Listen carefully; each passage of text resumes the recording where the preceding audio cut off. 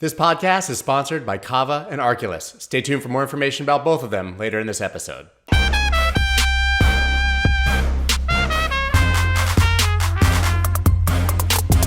What's up, everybody? I'm Scott Melker, and this is the Wolf of Wall Street's podcast, where 2 times every week we talk to your favorite personalities in the worlds of Bitcoin, finance, music, art, sports, politics, basically anyone with a good story to tell.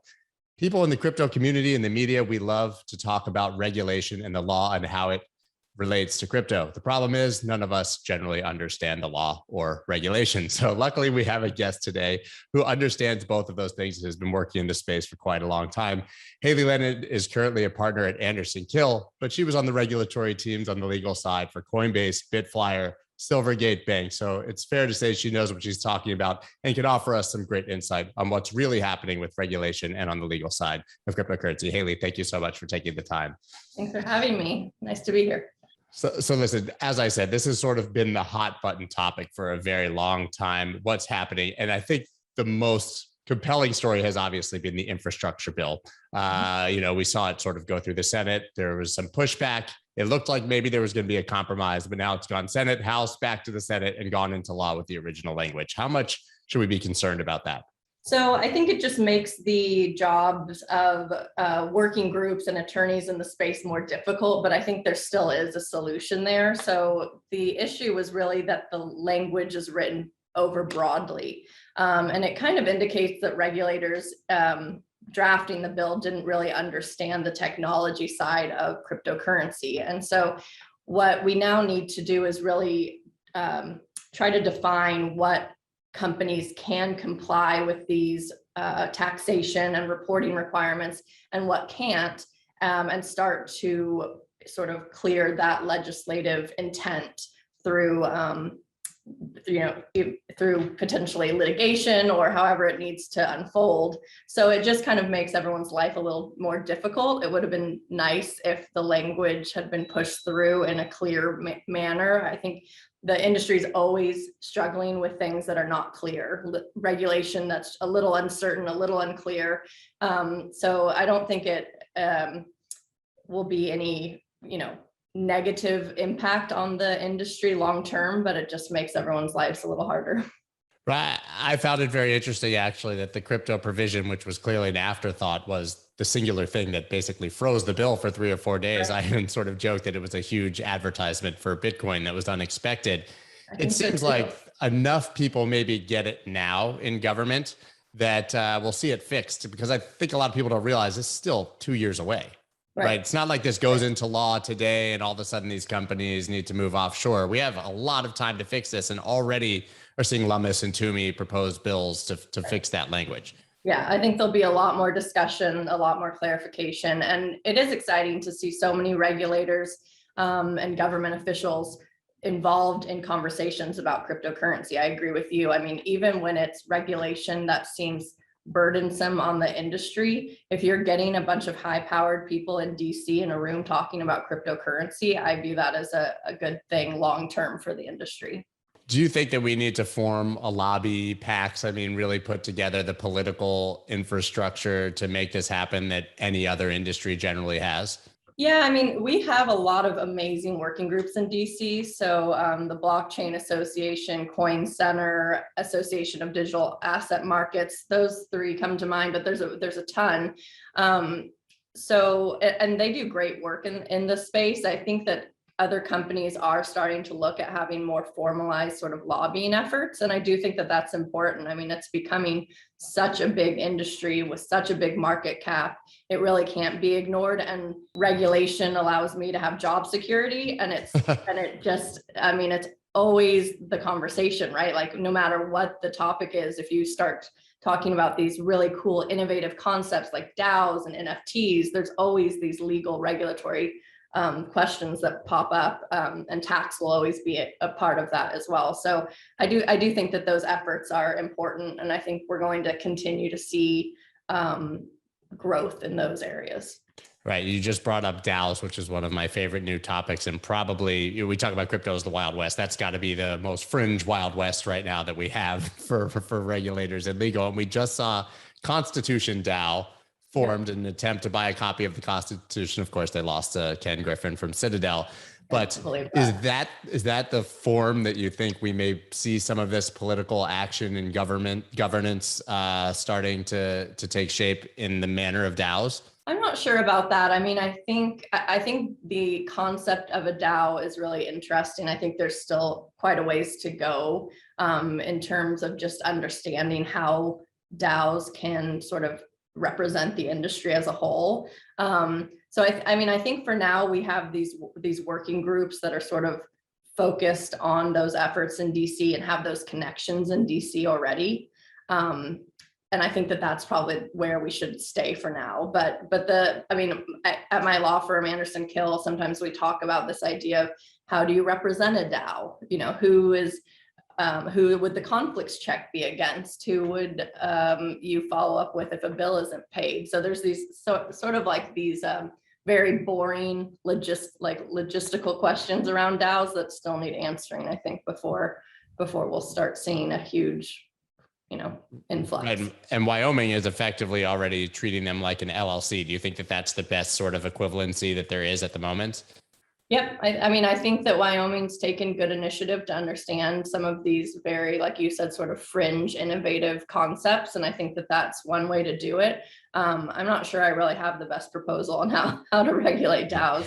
But I think that the industry in general really struggles with getting to that point of decentralization where it's truly decentralized, where you truly have an organization that's decentralized or an exchange that's decentralized. I think that we're still working on that as an industry. Yeah, I think that reasonably most likely we'll see things that are mixed, mostly decentralized with a bit of sort of centralized governance or something, because it's almost impossible to imagine something truly decentralized getting past regulators or operating in the United States under that manner. Maybe I'm a bit pessimistic on that, but just looking at the way that they seem to treat things, that seems like the more realistic outcome. No, I agree. I mean, I think what I've thought for many years is that FinCEN, these different regulators aren't going to just say, oh, okay, you're a decentralized exchange, you're a DAO, you're an ICO, not an IPO. You don't need to, comply with the regulations that are already in place and other companies are already having to comply with. So I think we are going to see a little bit of that struggle with regulators allowing something to be out of their purview. Right. And even some of our biggest decentralized companies, Uniswap, for example, they have offices in New York City, right? They're not, they have to sort of have that sort of structure to even be able to operate in this country. And I don't think that that's necessarily a bad thing at all. I'm actually really curious how you got into this space and into Bitcoin in the first place. Obviously, there's a million avenues you can take as a lawyer, and this is a pretty small niche. Yeah, it's one I'm really happy about because I started my career as a commercial litigation associate at Gordon and Reese. And then after pretty much just my first year, I thought, this isn't setting my soul on fire. This isn't like making me want to rush to the office every day. So I wanted to go down more of a financial technology path, but I really didn't know what that meant, and it wasn't really crypto specific. I joined a company called $X that did wholesale currency exchange along the Mexico border. So the struggle that we have in crypto of companies not being able to get bank accounts, of anti-money laundering concerns, of money transmitter laws, all of those apply to traditional money services businesses like an exchange. So along the Mexico border, there's little Casa de Cambios, little exchange centers that can't get banking relationships. So what $X would do is be the compliance filter between the exchange centers and the bank. And because of that overview, they would actually exchange, the $100 million in pesos and transport it in an armored truck. So that was the first time I got thrown into anti-money laundering rules and actually seeing how traditional finance is working along the borders. And it seems so archaic and seemed so funny to have, these huge armored cars with like physical bills in them. But it also piqued my interest about financial technology laws and regulations. So I was there for a while. And then Silvergate Bank was also based in San Diego. And they found my resume and said, what you're doing for the banks, between the banks and these exchange centers, that's what we need someone to do here to determine what kind of crypto companies we should be comfortable banking. We don't know if Kraken has a good program, or Coinbase has a good program, or Gemini, or all these exchanges. Like, if we actually are holding their customers' funds, are we opening ourselves up to a ton of money laundering risk? And so that was like I had heard of Bitcoin. I think I still hadn't, I definitely hadn't bought in yet. And I was intrigued, but it seemed a little bit like, I think the first time anyone hears it, it maybe takes a little bit of time to catch on. And I just was sort of like, I don't understand, who made, my question at the beginning was always like, who made this, and why would people start using this, and how do you actually have it? All this sort of ownership type questions about it.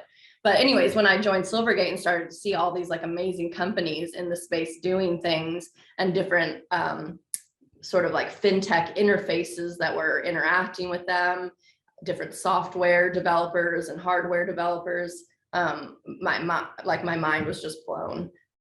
So it was Silvergate that really just opened my eyes to what the industry actually looked like, and how accomplished a lot of these companies already were. And that was back in 2013, 2014. Oh, wow. Yeah, I mean, Silvergate Bank is still a leading banking, partner in the space for crypto companies. And when I joined, they pretty much had one exchange they had onboarded. And they said, we know why we're comfortable with this exchange, but it's not a process that's repeatable. It's not really documented the way our regulators would want to see it. So pretty much my first year was creating a repeatable process for a bank to onboard crypto companies and determine their risk, and if they could sort of pass that test to get a bank account. And so in our first year, we grew from one company to about 75. And then I saw Silvergate Bank's up to banking about 450 companies in the space. So it's been really awesome to see. And banks were a big issue for companies for so many years, and still are, really. And I think without Silvergate's initiative there, the industry really might not be where it is today, because so many banks would just shut the door on, even these huge exchanges, and not provide banking accounts. So seeing as we still lack a lot of regulatory clarity, obviously, how many of those 2013, 2014 issues that you were trying to solve at Silvergate at the very beginning still exist today? All of them, I would say. Yeah. I shouldn't say that. So back at Silvergate, one of the main issues we were dealing with was exchanges needing to get state-by-state money transmitter licenses and the New York BIT license. That regime still is in place. But companies do have other options, like Wyoming, Special Purpose Depository Institution, Kraken, different trust charters they can get. Even the OCC made some mentions last year about their trust charter and full charter. So companies do have a bit more optionality there. The other issue that was going on that didn't exist back then was this ICO SEC oversight question, because at Silvergate Bank, we were only dealing with, all these companies were only dealing with Bitcoin. And it wasn't until I got to Bitflyer, which is a large Japanese exchange that was launching here in the US, did all of a sudden the Howey test and the issues with, what tokens people could launch, and getting approval from New York DFS for specific tokens on a token by token basis. All of those issues started to arise. So pretty much every year there's maybe one or two more issues that arise, but at the core, the anti-money laundering and the money transmitter license issues that we were dealing with at Silvergate, these companies are still having to deal with and still having to maintain those licenses. So the next logical question is, are those actually legitimate concerns that regulators should be worried about? I mean, is money laundering a huge problem in crypto? We obviously hear that from the sidelines, but I think when we're in it, we think that no, it's sort of FUD and nonsense, but there has to be some truth to it, I would imagine. Yeah. So, I mean, there's anything that can hold value can be used to launder money. So anything that holds any value can be used to launder money. But what people misconstrue, or what the media tries to misconstrue, is that because Bitcoin is anonymous or private or new and sneaky, that criminals are rushing to Bitcoin or other cryptocurrencies instead of cash. There's no evidence of that. Like, there's not some tidal wave of money laundering issues coming into the crypto space. And what's funny is actually a lot of times blockchain technology and some of the companies that work in this space actually help law enforcement and DOJ and things solve issues, because there's a ledger that shows movement of Bitcoin. And whereas with dollar bills, I give you a dollar bill and no one's going to know about that handoff. So, but at the end of the day, does a company like a Coinbase that takes someone's dollars and gives them another form of cash, like, should they have an anti-money laundering program? Yes, they should, because a bank does, a traditional currency exchange company does. It just wouldn't make sense for them to not want to sort of prevent the onboarding of someone who's connected with illicit activity. The problem is that that's not a popular opinion in the crypto space. Satoshi Nakamoto is anonymous, and part of the goal of cryptocurrency is to get the government out of our money, right? And like get financial privacy back. So I do think that there's this balancing act that we've in the industry have to find a balance so that we can continue to grow and like see our full potential and full adoption in the industry and in the US, but still try to hold true to some of those values that cryptocurrency offers, including financial privacy. I mean, I love that balanced opinion, because we have this sort of cognitive dissonance, all of us, I think, in the crypto industry. We're like cheering institutional adoption and, hooray MicroStrategy and Bitcoin ETF. And then we're like, but get the government out of our money, right? And you can't really want one without accepting the other. No, I mean, I have come to really love the ideals that cryptocurrency presents, including the financial privacy, and there is a balancing act there. There are times when I don't think the government should have as much access to our financial information and be all in that. But if you go to a Coinbase and you want to buy $10,000 of Bitcoin, I think handing over your ID when you do the same thing for PayPal, I think it unfortunately has to be that way for now. Right. And anyone who's deep enough down the crypto rabbit hole, I think, knows that there are other options if they don't want to go that route. Probably, right? They find a way if they want to. I'm not endorsing that by any stretch, but there's plenty of platforms and ways if you don't want to use Coinbase.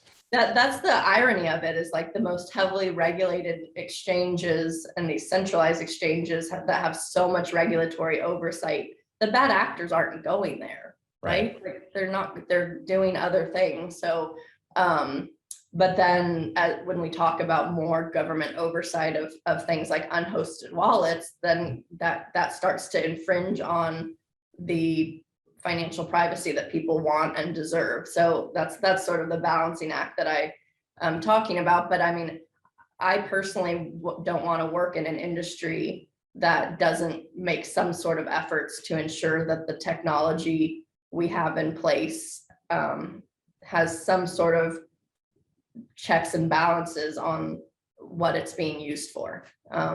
And I think that applies to dollars too. Guys, unless you've been living underneath a rock for the past few months, then you've definitely heard me talk about one of my favorite platforms, which is Kava. Kava connects the world's largest cryptocurrencies, ecosystems, and financial applications on DeFi's most trusted, scalable, and secure earning platform. They have borrow APYs as low as 0% and reward APYs as high as 200%. They let you mint stablecoins, lend, borrow, earn, and swap safely and efficiently across the world's biggest crypto assets with a simple and intuitive user experience and the full confidence of institutional grade security and quality.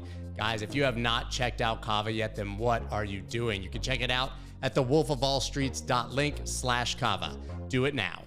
Guys, I'm so excited to tell you about this new crypto cold storage solution called Arculus. Their cold storage technology keeps your crypto keys off the internet and on an Arculus key card. With no cables and no USB connections, it insulates you from the thousands of hacking attempts that happen online every single day. You can store, swap, and send your crypto all with a simple tap of your Arculus key card. And if someone were to get a hold of your card, it doesn't even matter because they have three-factor authentication, ensuring that the only person with access to your crypto is you. Guys, you can check out Arculus at thewolfofallstreets.link/Arculus. That's ARCULUS, and they're offering $40 off if you use promo code Arculus40. Secure your assets, secure your future with Arculus. The process that you described, being at these firms, money transmitter licenses in each and every state and KYC and AML, it's no wonder that a lot of companies just see the United States and say, I'm not going to operate here. Yeah. Right. Who wants to go through effectively getting, clarity in 50 separate states on top of just the country when they approach doing business somewhere? It seems nearly impossible. It's impossible. It seems impossible. It's really expensive. It's really time consuming. So for a startup that wants to get into this space, you would really have to have about $500K that you are willing to spend on that process. And that's just not sort of within a startup's budget. So I do think, the theme of stifling innovation has kind of become this overused term. But in that situation, I think regulation does do that, because you can't expect everyone to have that much money to put forward to just launch a beta project in the US. So at Bitflyer and at Coinbase, and even now at Anderson Kill representing companies, a big part of my job is really overseeing the regulatory relationships that these companies have with the 40 states. They have to have money transmitter licenses, and New York Bit license. New York DFS is sort of its own beast of regulatory oversight. And then you go to the federal level and you're looking at FinCEN, OFAC, SEC, CFTC, IRS. It's like every regulator you could think of. And then people still think of it as unregulated. And I'm just it lacks regulatory clarity, but it's like the most heavily regulated industry there is. Right. Yeah. And the most aggressively taxed. Right. It seems to me, when I came in 2016, 2017, the idea was you can trade all this stuff. It's tax-free. Nobody's paying attention. Completely untrue, by the way, but that's what people believe. And then you dig in and actually start calculating your taxes if you're trading or moving coins around, and it's extremely aggressive. You're being taxed on transactions that would blow people's minds if they really dug deep into it. Do you think that we'll get more favorable tax treatment, or do you think that it's going to always sort of remain this aggressive? I think that it can change based on the administration. I do think that the government loves to tax, and that's the way they get money from us, is taxation. So I think that there's a bit of almost like hostility towards the crypto space, right? It's this sort of industry that's trying to challenge traditional finance and inflation and all these concepts that the government then has to kind of look at and think about, well, are we really doing things the right way? So I think there might be a bit of that. So I hope with time that it's taxed in a more reasonable manner. I agree. I think it, oftentimes if I'm trading or selling, I actually am trying to calculate the tax beforehand, because it's just all of a sudden you're going to have things you owe, and have to sell more to pay it. Right. And you haven't realized it to dollars. Your average person who's cool. And, listen, people come into this space and they buy SHIB or something, right? Something that maybe not the most savvy investor would. And then they're I want Bitcoin, sell it into Bitcoin, and don't realize that they now have a taxable, transaction in dollars that they've never realized it to. And I think it's just over so many people's heads. I think we all have friends who have had major tax bills on gains that they never realized when the market's gone down in certain years. And it's a terrifying story. It really should not be that way. No, the thing is the purpose, if you talk to any regulator, what part of their job and purpose that they'll say is consumer protection. But a conversation that me and my law partners also often have is what happens when a regulator whose duty is consumer protection is actually harming consumers. And I think we see that sometimes with all the different regulators, but especially I've been having conversations lately about the SEC and some of these enforcement actions. Like oftentimes the consumers who have been harmed never see that outflow of cash from the company, and sometimes the fines don't make any sense compared to what the company's actually made. It's just like a drop in the bucket. So, and the same thing I think applies to some of these topics like taxation. I mean, why aren't we promoting individuals growing their own personal wealth? You know what I mean? Like dollar in, dollar out. Just go from dollars into the crypto space. When I come out, treat it like a Forex exchange and call it a day. Right, It's so easy. Well, and that's the thing is, so, regulators define crypto. Every regulator defines crypto in a way that benefits them and allows them to have oversight, right? So if you think about it, we have FinCEN, which is under the Treasury, saying this is that the exchange and the movement is money and it's money transmission.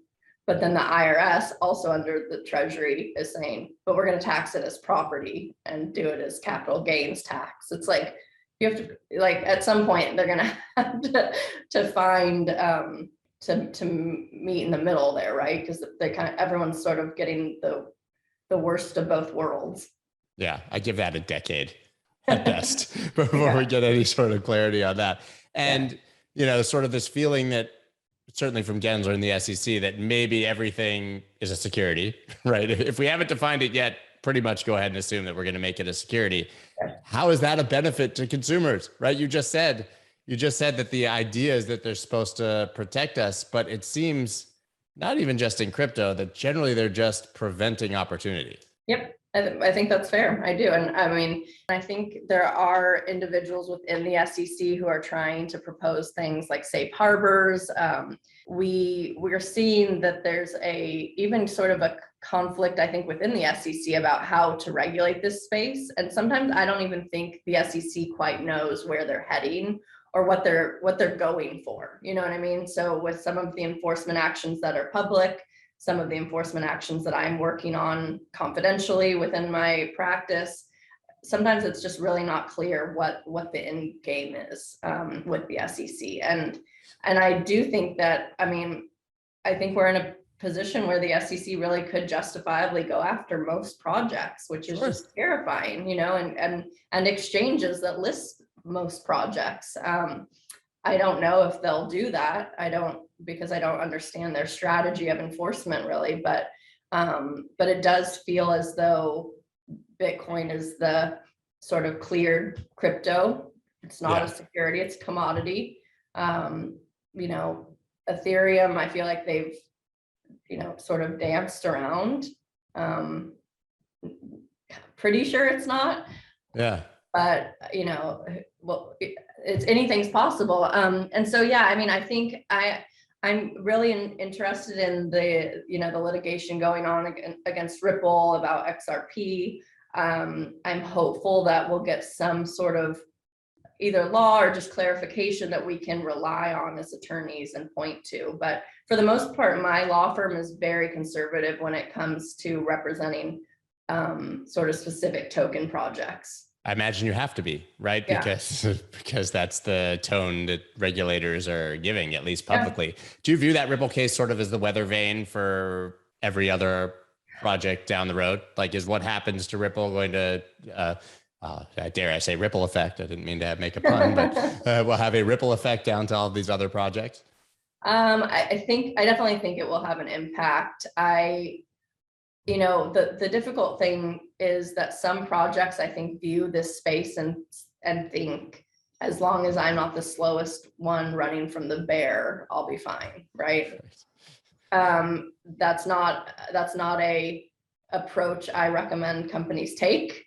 That's not an approach I would have a client take, but some companies have different risk tolerance, and that's the direction they go. So I just think that the litigation will result in some sort of clarification if it goes all that way.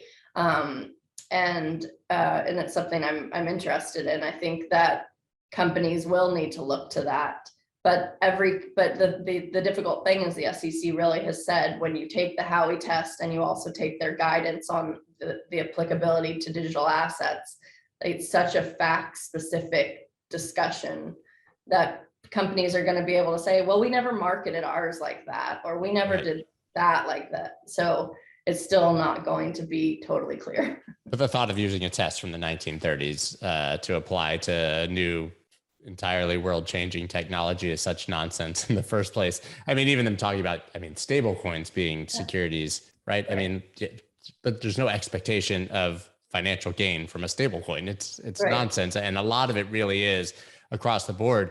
You said before, obviously, let's take the worst case scenario. Everything's a security, and that's the path that they take. I hope it's not the case. I don't think that will be the case. But you said, obviously, these projects could have, sort of retroactive legal implications for operating the exchanges that list these projects.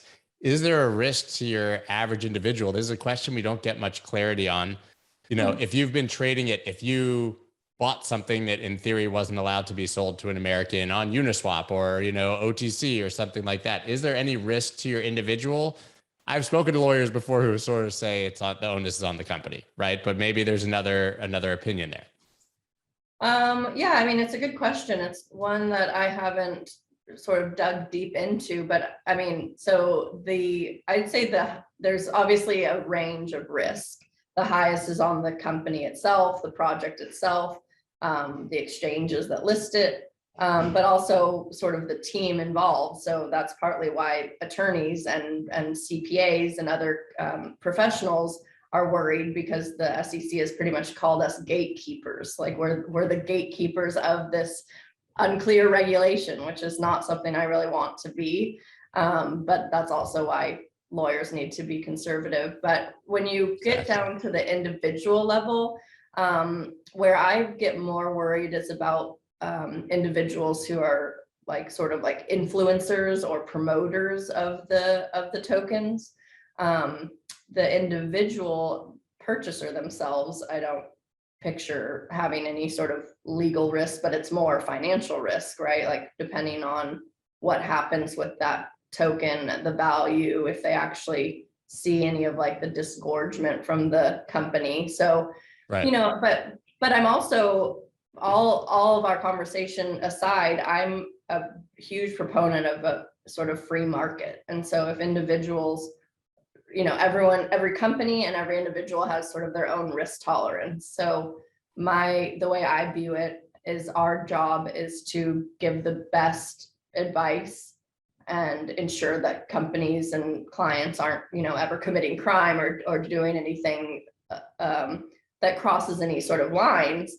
But at the end of the day, there's business decisions that need to be made by clients, and there is gray area. So yeah, we're still so early. It'll just be really exciting to see where all this goes.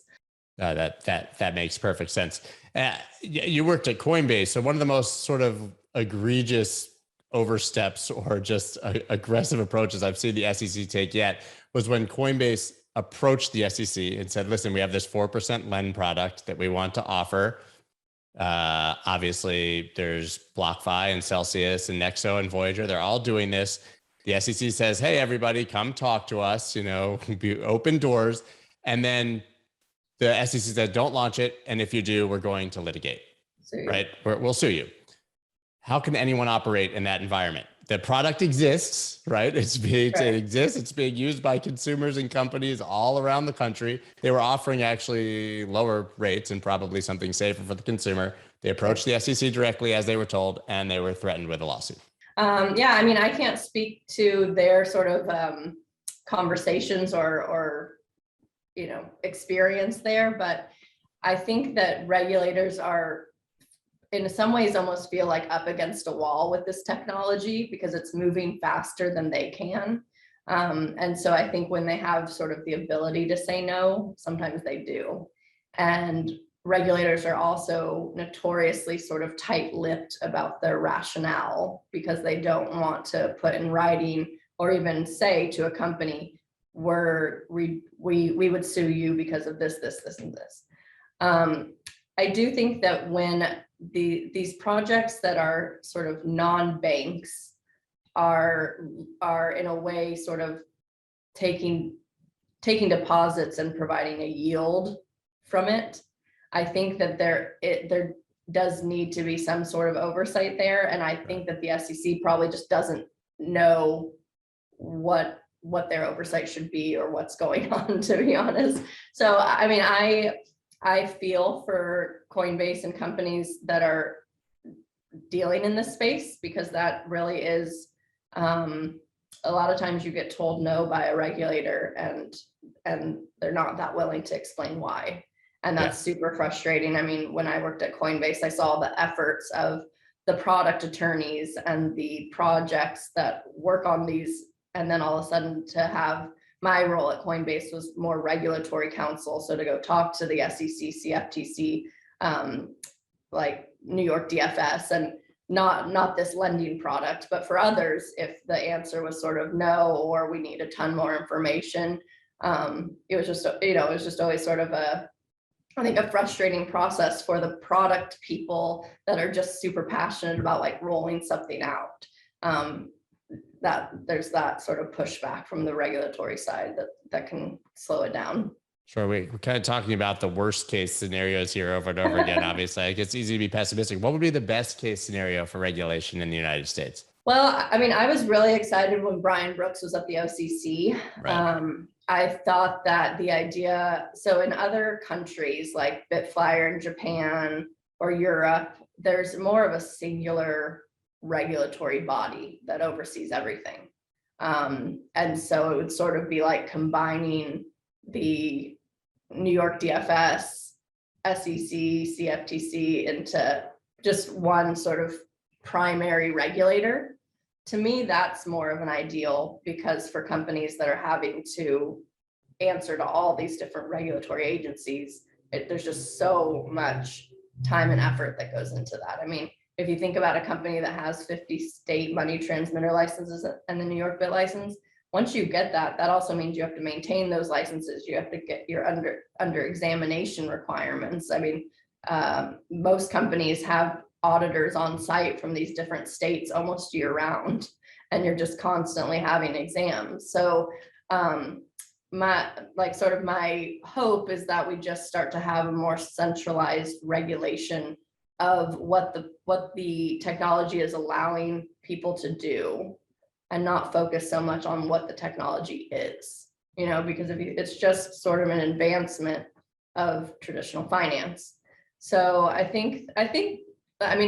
feel, even though we have talked about sort of some of the negative in regulation, I do feel positive about the direction we're going. I think we're getting more and more regulators and government agencies that are starting to get orange pilled and starting to understand the value. We're seeing other countries like El Salvador make it legal tender. I mean, all of this stuff, it's already been 10 years, but that's a ton of progress. I mean, it's crazy, really.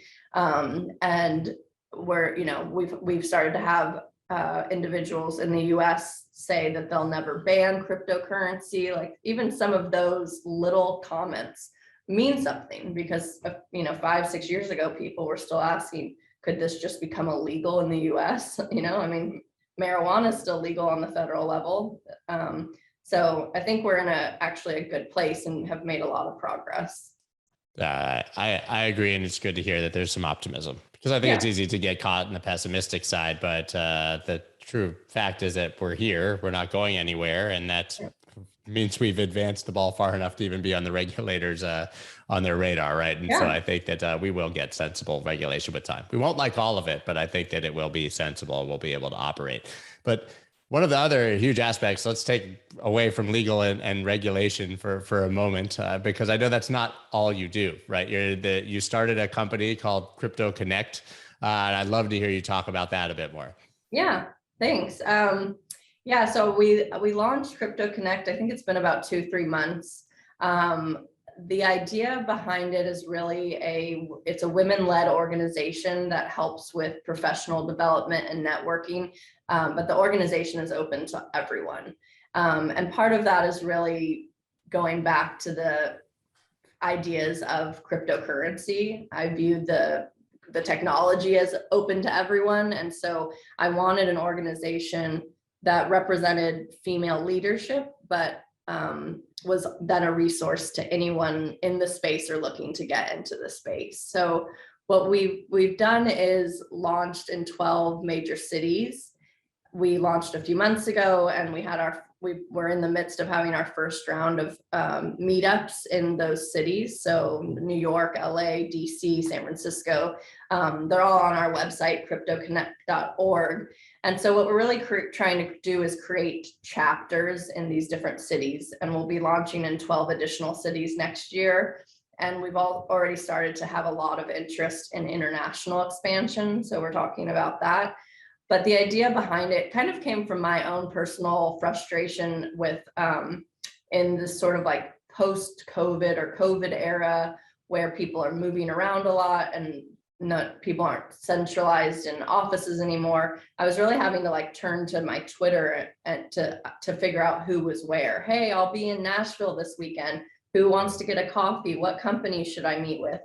And I was like, this is so frustrating that there's not sort of like an umbrella organization that can help serve as a reference to other Bitcoin or crypto meetups that already exist in those cities, other events that are already happening in those cities, but also like eventually maybe list the main crypto companies that are based in those cities so that people can just have more of like tap into a community right away when they move or when they travel. So that's the ultimate goal. And yeah, I think me and the rest of the founding members were just super excited that the industry seemed to really get excited about it and view it as a really cool initiative. And so we hope to put on some more sort of educational things in the next year and eventually host like a nationwide conference.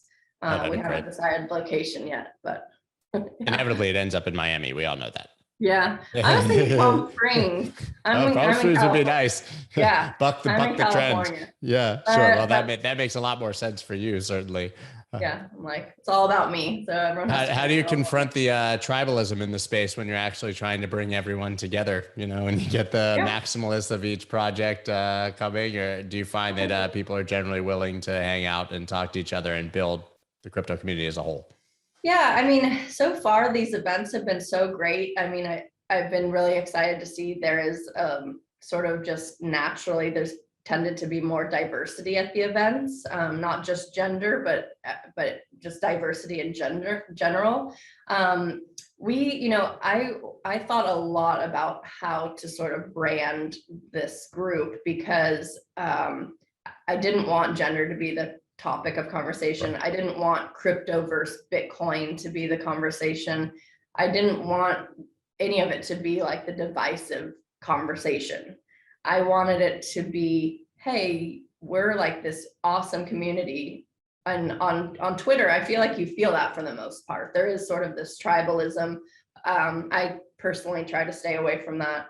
And so this is sort of like putting crypto Twitter into the real world, right? And like allowing people to meet their contacts and people they follow and like on Twitter. So far it's felt very unified and really, really cool. We've had, I think we've had 8 events so far, and we'll have our final 4 in San Diego, Denver, Nashville, and Austin in December. So if anyone's in those areas or nearby, they should join it. Part of it is that the organization is free to join and be a member. The events so far, we've been able to get sponsorship and have those be free of charge. So yeah, I think people just appreciate the opportunity to like meet like-minded individuals. So it's been awesome so far. I never thought I'd be like the founder. I never thought form a company like this, but it's been awesome. Oh, it's very cool. It's a great initiative and certainly can only help. So do people go to the website to sign up for that? Is that the best way to do that? Yeah, so we cryptoconnect.org, there's a sign up where you can choose what city you want to be affiliated with. We also have a Twitter handle that we promote events that way as well and send emails to members about events. This is our first year, our first round of events, so we're kind of learning as we go, but we had, I think, about 600 signups day one, which was crazy. And the emails I get from people all over the world just blow my mind. I mean, I tweeted a few pictures of them because it's just like everywhere in the world you could think of, Australia. I mean, I just was blown away by the interest in it. And eventually my hope is that people can start taking initiative and becoming the city lead where they're located. And this can become like a decentralized organization. Sure. Where, totally organic. So that's the direction we're going. Super passionate about it. It's just, I love this space and I love the people in it. And I like that people have their differing opinions and different personalities and Bitcoin maximalists and whether other coins, so I think the whole industry is just awesome and entertaining, and I like bringing people together. So it's been a really exciting project. Right. Well, to bring the conversation full circle, I think that the infrastructure bill was the first time that I saw everybody come together, regardless of their tribe, maximalism, what project they love, to sort of fight against a common enemy, so to speak, at that time. So I think that gives great hope that can happen when it's really, really important. So I think so. If the goal is the growth of the cryptocurrency industry rather than just a single project, I think that collaboration is always the way to go, or at least having like respectful discourse. So I try to stay away from anything that's not that. Yeah, I always joke that no matter what you think of Ripple, since they're so polarizing, obviously, you still kind of want them to beat the SEC. And so it's a really great example, and I do think that in the end, everyone will come together when they need to. So where can everybody follow you after this conversation? I know where they can obviously sign up for Crypto Connect, but how can they keep up with you and what you're doing? Yeah, I'm pretty active on Twitter. I try to keep it light and funny, but also post regulatory updates and things. So my handle's Hailey Lennon BTC. That's HaileyLennon BTC. And I also write for Forbes part-time. So I'm regulatory analyst at Forbes, and you can check out articles on the website there. Try to keep things up to date and just kind of make things digestible for people and keep the legalese out of it. So hopefully it's helpful. We all need a little less legalese, right? Yeah, I do too. I'm quite sure that's true. Well, thank you so much for taking the time to have this conversation. It's great to get, like I said, boots on the ground, someone who really understands what's happening with legal and regulation, instead of just sort of our media hot takes and the FUD. So I look forward to catching up with you again down the road to have a conversation about how this has evolved. Awesome. Thank you so much for having me.